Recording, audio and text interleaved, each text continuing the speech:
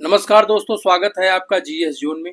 दोस्तों 2024 की प्रारंभिक परीक्षा की तैयारी के क्रम में हम लोग 2023 के क्वेश्चन को देख रहे थे। 2023 के एक एक क्वेश्चन के माध्यम से एक एक टॉपिक को हम लोग तैयार करने की कोशिश कर रहे हैं और इसी का पार्ट थर्ड है, जिसमें हम 61 से लेकर के 70 क्वेश्चन और उसके बाद 91 से 108 तक के क्वेश्चन देखेंगे।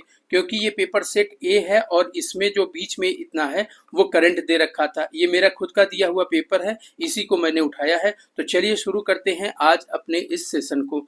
तो यहाँ पर 61 नंबर का जो क्वेश्चन है वो क्या कह रहा है कि कौन सा कथन सत्य है। तो यहाँ बेंगुला की धारा प्रशांत महासागर की एक ठंडी जलधारा है। नहीं, ये बिल्कुल स्टेटमेंट गलत है। बेंगुला की जलधारा जो है वो एक ठंडी जलधारा तो है, लेकिन वो प्रशांत महासागर की नहीं बल्कि दक्षिणी अटलांटिक महासागर की है। तो आपको करना ये है कि जितनी भी ओशियानिक करंट है, जलधाराएं हैं, उनको अच्छे से आप तैयार कर लीजिएगा। तैयारी के क्रम में आप दो तीन बातों का ध्यान जरूर दीजिएगा।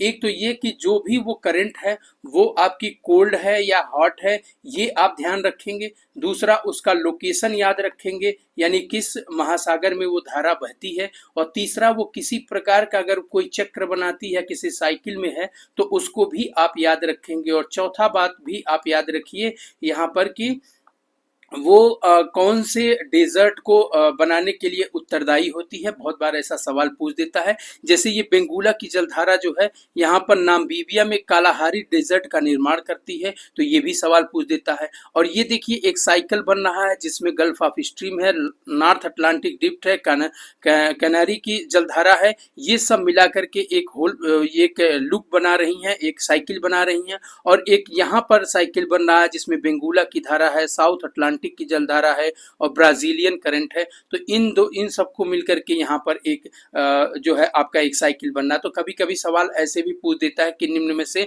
कौन इस साइकिल का पार्ट नहीं है, तो ऐसा भी सवाल पूछता है। और आपको अच्छे से सारी जलधाराओं को, वो हॉट जलधारा है या करंट जो आपकी है वो कोल्ड है, इन दोनों बातों को आप अच्छे से याद कर लीजिएगा। क्योंकि आयोग हर साल, लगभग हर साल एक आध सवाल इससे जरूर पूछ देता है। जैसे यहाँ लेब्राडोर की जलधारा, ये ठंडी जलधारा है। गल्फ स्ट्रीम एक गर्म जलधारा है। यहाँ पे मिलती है तो एक धुंध कुहरे का निर्माण होता है। यहाँ मछली उत्पादन के लिए ये जगह ग्रैंड बैंक के नाम से जानी जाती है, ज्यादा फेमस है।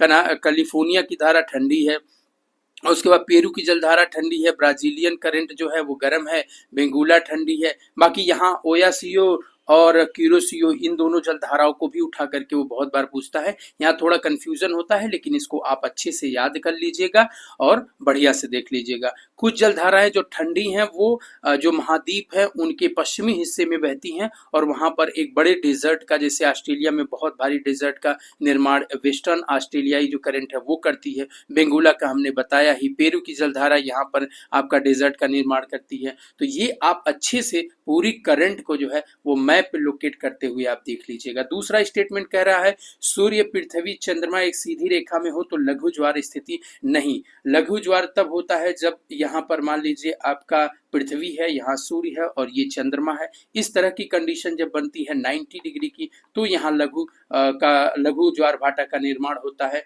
और दीर्घ ज्वार भाटा का जो निर्माण होता है वो आपकी एक सीधी रेखा में जब तीनों होते हैं तब यहाँ पर होता है। तो आप जब ज्योग्राफी को पढ़िएगा तो वहां पे अच्छे तरीके से इसे देख लीजिएगा।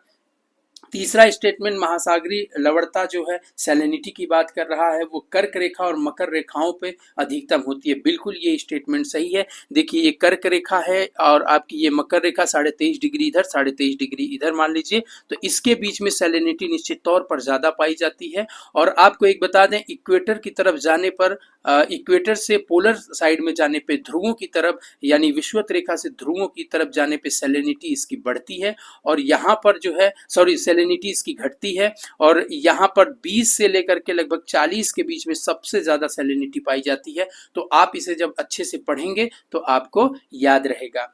चौथा स्टेटमेंट, पृथ्वी पर प्रतिदिन 12 घंटे 30 मिनट का ज्वार भाटा, ऐसा नहीं है। 12 घंटे 25 या 26 मिनट के आसपास आता है। इसका एक पूरा सिस्टम होता है, क्योंकि पृथ्वी पर किसी स्थान पर 24 घंटे में सामान्यतः 2 बार ज्वार भाटा आता है और 2 बार जो है ज्वार भाटा आता है। परंतु पृथ्वी लगभग 24 घंटे में अपनी धुरी पे पश्चिम से लेकर के पूर्व की तरह एक घूर्णन करती है, जो प्रत्येक स्थान पर 12 घंटे बाद जो ज्वार आता है, लेकिन वास्तविकता में ये प्रतिदिन जो है 25 से 26 मिनट की देरी पे हो जाता है। इसलिए इसमें जो है कमी है और बाद में चल करके ये 12 घंटे 25 मिनट या 26 मिनट के आसपास आता है। तो उसको आप अच्छे से पढ़ लीजिएगा तो आपका ये तैयार हो जाएगा। अगले सवाल की तरफ चलते हैं। संयुक्त राज्य अमेरिका और मैक्सिको के बीच सीमा बनाने वाली नदी के बारे में पूछा है। तो देखिए, आपको विश्व की सारी नदियों के बारे में अच्छे से तैयारी कर लेनी है और आपको खास करके ऐसी नदियों पर ज्यादा फोकस करना है जो कि किसी दो देशों के बीच से बहती हों या कई देशों से होकर बहती हों या दो दो देशों के बीच में निर्माण करती हों या उनका डेल्टा ऐसे जगह पर हो जो थोड़ा सा आपको कंफ्यूज कर सकता है। जैसे आयोग ने बहुत बार ऐसे सवाल पूछे हैं। ये देखिए, संयुक्त राज्य अमेरिका और मैक्सिको के बीच में जो रियो ग्रांडे नदी है वो यहाँ बहती है, दोनों की बाउंड्री बनाती है। पिछले कुछ सालों में दो एक साल पहले एक सवाल पूछा था कि यहाँ जो मेकांग रिवर आपकी बहती हुई आती है वो अपना डेल्टा बनाती है, वियतनाम में बनाती है। बहुत सारे कैंडिडेट्स कंफ्यूज होकर के कंबोडिया मार दिए थे। तो इन नदियों के डेल्टा भी आप याद रखिएगा। साथ में ऐसी नदी जो बहुत देशों से होकर के गुजरती है उस नदी का, जैसे डेन्यूब नदी जो है वो बहुत देशों से होकर के गुजरती है, तो ऐसी नदियों पर ज्यादा वो फोकस करता है। और बाकी सारी नदियां अब विश्व की पढ़ते ही होंगे, थोड़ा ध्यान से उसको पढ़ने की आवश्यकता है। थोड़ा जैसा सवाल आयोग पूछता है उसको भी आप अच्छे से ध्यान रखिएगा। जैसे यहाँ एक लिम्पोपो नदी है, ये 2 बार जो है मकर रेखा को काटती है। कांगो नदी इक्वेटर को 2 बार काटती है। माही नदी हमारी जो है वो आपके विषुवत कर्क रेखा को 2 बार काटती है। तो ऐसी नदियां जो विशेष तरह से फोकस वाली नदियां होती हैं उनको आप अच्छे से ध्यान रखिएगा। और एक मैप लीजिएगा, विश्व की सारी नदियों को उसमें एलोकेट कर दीजिएगा, लोकेशन दिखा दीजिएगा और बढ़िया से उसको अच्छे से तैयार कर लीजिएगा। अगले सवाल की तरफ चलते हैं और यहाँ पर निम्नलिखित रेगिस्तानों पर विचार कीजिए तथा उन्हें उनके आकार के क्रम में। अब देखिए, आयोग थोड़ा सा आपको फंसाने की कोशिश करता है। पहले केवल वो डेजर्ट पूछ देता था, लेकिन अब डेजर्ट के आकार को भी पूछता है। तो पढ़ते समय जब भी आप ये मान लीजिए बाणी वगैरह आप पढ़ रहे हैं तो वहां पर उसका स्क्वायर कितने स्क्वायर किलोमीटर में वो फैला हुआ है, जरा उसको भी ध्यान से आप देखते चलिएगा तो आपके ऐसे सवाल नहीं होगा। देखिए, अमूमन आयोग क्या करता है ना, जो फेमस डेजर्ट है उन्हीं के आकार को पूछेगा, बहुत छोटे या इधर उधर के डेजर्ट से सवाल नहीं पूछेगा। तो जो बड़े हैं, लगभग 10-12 जो बड़े डेजर्ट हैं उनके आकार को आप एक मैप बना करके और वहां पर दिखा लीजिएगा तो एक क्वेश्चन आपका सही हो जाएगा। इसके अलावा जो झीलें हैं ना, उन झीलों से, लेक्स से भी जो सवाल पूछते हैं उनके भी आकार को लेकर के सवाल आयोग 2-3 बार पूछ चुका है। तो जो जो फेमस लेक्स हैं या झीलें हैं उनको आप अच्छे से, थोड़ा सा, ज्यादा नहीं, 5-6 जो बड़ी झीलें हैं ना उनका आकार आप देख लीजिएगा तो आपका सवाल गलत नहीं होगा। फिलीपींस में नारियल और गन्ने की कृषि विकास का श्रेय किसको दिया जाता है? देखिए, आप जब परीक्षा हाल में दोस्तों बैठते हैं तो ये जरूरी नहीं है कि जो आप पढ़ के जाते हैं उन्हीं प्रश्नों को आप कर पाए, लेकिन आप अपने दिमाग को वहां पर बिल्कुल खोल करके रखिएगा। क्योंकि आप कुछ भी पढ़े रहेंगे, उसको इंटरलिंकिंग का अगर आपका तरीका बेहतर है तो आप सवाल कहीं न कहीं कठिन से कठिन सवाल जो होगा वो भी आप निकाल ले जाएंगे। तो यहाँ पर फिलीपींस और नारियल, देखिए, हम हिस्ट्री में पढ़े हुए थे कि जैसे जैसे हमारे ब्रिटिशर्स, जो फ्रांसीसी, स्पेन, अमेरिका वासी आए थे तो उनका आप देखिएगा तो यहाँ पर फ्रांसीसी और अंग्रेजों के बीच में जो था वो ज्यादा लड़ाई यहाँ चल रही थी। लेकिन अब स्पेन और अमेरिका वासी जो थे वो आपके ईस्ट एशिया के आसपास इस वाली माने कंबोडिया मुंडिया जो है, ये आपका क्या बोलते हैं, जकार्ता, इंडोनेशिया, ये सब जो एरिया है यहाँ पर ज्यादा फैले हुए थे। तो निश्चित तौर पर ये नारियल और इन सब के प्रोडक्शन के लिए भी ये एरिया बहुत ज्यादा फेमस है। तो हमने यहाँ पर एक सिंपल सा दिमाग लगाया था, स्पेन और अमेरिका वासी हो सकते हैं। तो आपको ऐसे जो क्वेश्चन है ना उनको करने के लिए आपको दिमाग खोल करके रखना पड़ेगा। और यहाँ से ये भी पकड़ सकते हैं कि गन्ने के उत्पादन में देखिए आज भी अपना इंडोनेशिया, ब्राजील और ये सब जो देश हैं ये गन्ने के उत्पादन में ज़्यादा हैं। और यहाँ पर भी स्पेन और अमेरिका वासियों का ज़्यादा से ज़्यादा बसाव था उस समय पे। तो इससे आप सवाल, ऐसे सवाल सही कर ले। अब कहेंगे सर ये सवाल तो हमारे कहीं है नहीं, भाई कॉमन सेंस का भी कुछ सवाल होता है, वो आप अच्छे से करने की कोशिश करिएगा। पर्वत और देश हर बार पूछता है ये सवाल, तो जितने भी फेमस पर्वत हैं उनको मैप पे लोकेट करते हुए अच्छे से आप उसको देख करके, और देश को भी ध्यान रखिएगा। अब देखिए यहाँ पर एक ही कॉन्टिनेंट से चारों देश को उठा दिया है और एक ही कॉन्टिनेंट के 4 पर्वत को उठा दिया है और मैच कराने को दे दिया है। तो आप कॉन्टिनेंट वाइज पर्वतों को भी याद रखिएगा और उनको अच्छे से जो है अपने तैयारी में लगाइएगा। ठीक है, अगले सवाल की तरफ चलते हैं। निम्न में से कौन सी झील सही सुमेलित नहीं है? तो मैंने आपसे एक बात बोला था कि विश्व की जितनी सारी झीलें हैं आप उन झीलों को अच्छे से देख लीजिएगा। हम यहाँ पर आपको कुछ झीलें बता दे रहे हैं तो आप देख लीजिए। जैसे आपकी अमेरिका में जो झीलें हैं, तो अमेरिका की जितनी झीलें हैं वो आपको 10 झीलें याद रखनी है। जैसे ग्रेट बियर लेक्स है, इसका क्या इंपॉर्टेंट है कि जो आपका ये आर्कटिक वृत्त होता है वो इससे होकर के गुजरता है। उसके बाद यहाँ पे ग्रेट स्लेव है, अथाबास्का है, रेंडियर है, विनीपेग है, ये 5 झीलें इधर हैं और 5 बृहद झीलें इधर हैं, जिसमें superior, Michigan, Huron, eerie, Ontario, ये 10-12 झीलें यहाँ पर हैं। इनको आप अच्छे से याद कर लीजिएगा। इस कॉन्टिनेंट में यानी साउथ अमेरिका पे हैं, यहाँ लेक टिटिकाका है, लेक पोपो है और आपका 2 एक झीलें हैं, हाँ ये मराकैबे झील है, इनको याद रखिएगा। कैरेबियन सी में भी आपकी एक बॉइलिंग लेक है जो डोमिनिका में है, उसको आप याद रखिए। लेक चार्ड है, विक्टोरिया, इन सारी झीलों को जैसे मैप पे लोकेट करके आप अच्छे से याद कर लीजिएगा। ताना तुर्काना जितनी भी झीलें हैं अच्छे से आप देख लीजिएगा मैप पे उठा करके। बार बार ऐसी झीलों को वो पूछता रहता है। ठीक है, तो लेक लगोडा जो है वो आपकी कहाँ की झील है दोस्तों? ये लेक लगोडा जो है ये रसिया में पड़ती है दोस्तों। लेक ओनेडा जो है वो रसिया में पड़ती है, कनाडा में नहीं पड़ती है। तो पूरा अच्छे से झीलों को एक मैप पे बनाइएगा और बढ़िया से इसको देख लीजिएगा। अल नीनो के संदर्भ में एक कथन कहा गया है कि अल नीनो पूर्वी प्रशांत क्षेत्र के पेरू तट पर गर्म जलधारा प्रकट करती है। बिल्कुल ये स्टेटमेंट आपका सही है और यहाँ पर पेरू की जलधारा पे एक गर्म जलधारा करती है, क्योंकि पेरू जो है ना वो पेरू की जलधारा जो ओशियानिक करंट है वो ठंडी होती है, इसी को ये बैलेंस कर लेती है और यहाँ पर ये बैलेंस करती है। और इंडिया में भी जो क्लाइमेट को चेंज है इधर वाले एरिया में, यहाँ पर भी इसको भी प्रभावित करती है। तो आप अच्छे से इसको पढ़ लीजिएगा। इसके अलावा जो दूसरी बात कही है कि प्लैंक्टन्स की मात्रा बढ़ जाती है, नहीं, प्लैंक्टन्स की मात्रा इससे घट जाती है, क्योंकि यहाँ पर जो टेम्परेचर है वो इंक्रीज हो जाता है और उनके लिए इंक्रीज किया हुआ टेम्परेचर जो है अच्छे से उनके अनुकूल नहीं होता है।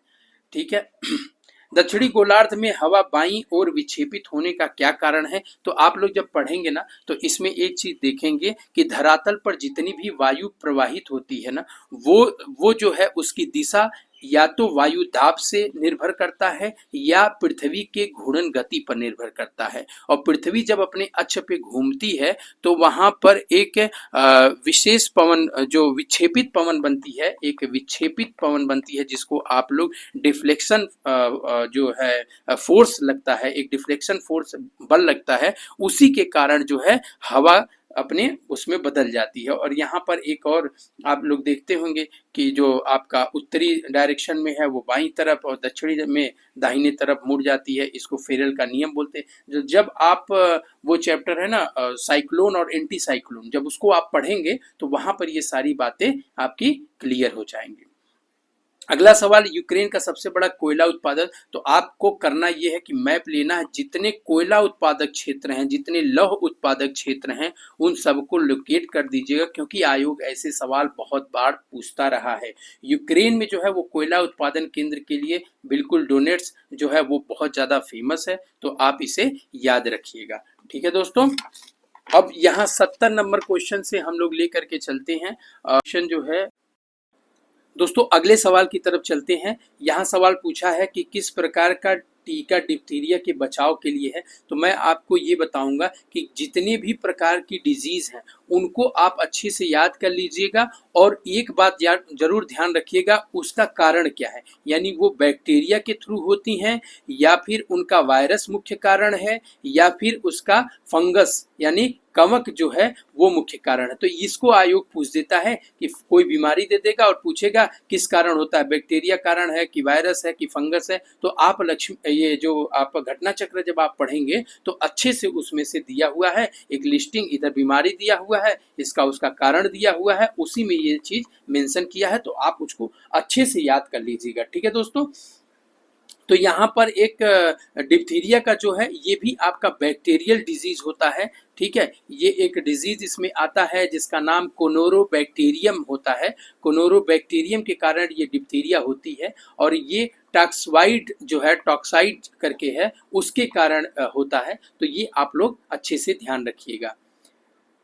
mRNA वैक्सीन पूछा था, कोविड-19 में फेमस था उस समय मॉडर्ना, तो वो आप लोग ध्यान से देख लीजिएगा, वो अब तो चला गया काम से।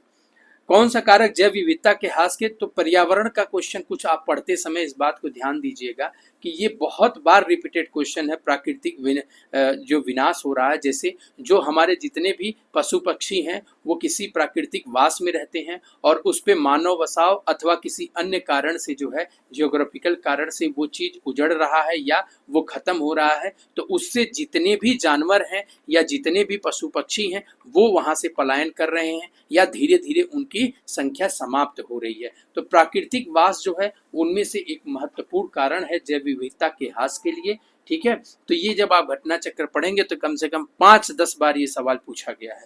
पौधों में जाइलम परिवहन के लिए जल, देखिए जाइलम से जल याद रखिएगा और फ्लोएम से फल यानी भोजन की प्राप्ति करते हैं। ये भी आप रिपीटेड क्वेश्चन है, इसीलिए मैं आपसे कहता हूं कि PYQ को आप अच्छे से ध्यान से देखते रहिए। बहुत सारे क्वेश्चन आपको डायरेक्ट आपको PYQ से ही मिल जाएंगे और आपको एग्जाम में बिल्कुल दिमाग लगाने की आवश्यकता ही नहीं होगी और क्वेश्चन देखेंगे और खटाक से अपना आंसर आप मार देंगे। गैर पारंपरिक ऊर्जा स्रोत वे होते हैं जो कि नवीकरणीय होते हैं, बिल्कुल रिन्यूअल होते हैं, उनको गैर पारंपरिक ऊर्जा स्रोत बोला जाता है। ठीक है दोस्तों, 102 हो गया। फिर 103 बायोलॉजिकल ऑक्सीजन डिमांड, देखिए BOD जो होता है ना आपका, ये BOD बहुत बार सवाल इस पे आयोग पूछ चुका है। ये जल संक्रमण को सूचित करता है और जैसे BOD की मात्रा अगर ज्यादा होती है तो वहां पे जल संक्रमण जो है वो अधिक होता है। तो BOD के माप के लिए ये पूरा दिया जाता है। इसको आप अच्छे से, ये एक चैप्टर पूरा दिया हुआ है BOD के, तो वहाँ पे इसमें जो पौधे हैं या जो जलीय जीव हैं उनकी संख्या में वृद्धि हो रही है अथवा कमी हो रही है BOD बढ़ने से, तो वो वहाँ पे एक चैप्टर दिया है, छोटा सा 10-5 लाइन है, आप अच्छे से पढ़ लीजिएगा, आपका सवाल नहीं गलत होगा।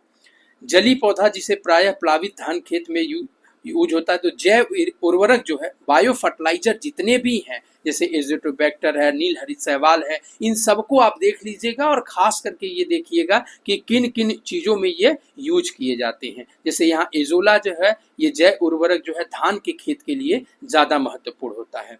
ठीक है, 105 नंबर के सवाल को देखते हैं, तो हंसी पैदा करने वाली गैस नाइट्रस ऑक्साइड जो है, इसको लाफिंग गैस बोलते हैं, ये भी PYQ का ही क्वेश्चन है। तो ऐसी गैसें जो हैं आप याद रखिएगा और ये आपका उसमें चिकित्सा में भी यूज किया जाता है, तो थोड़ा सा वहां पे भी ध्यान रखिएगा।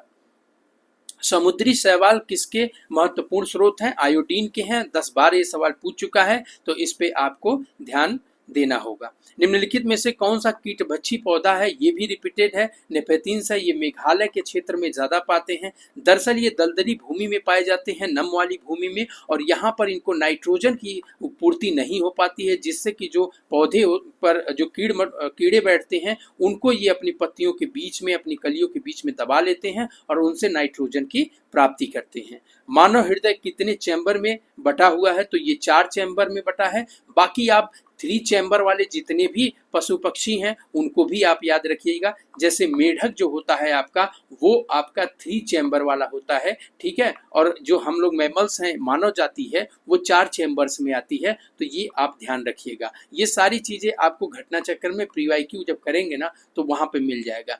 इसलिए दोस्तों आज इतना ही रहने देते हैं। बने रहिए GS जोन के साथ, सब्सक्राइब करते रहिए, दोस्तों को शेयर करते रहिए और ढेर सारा प्यार देते रहिए करेंगे।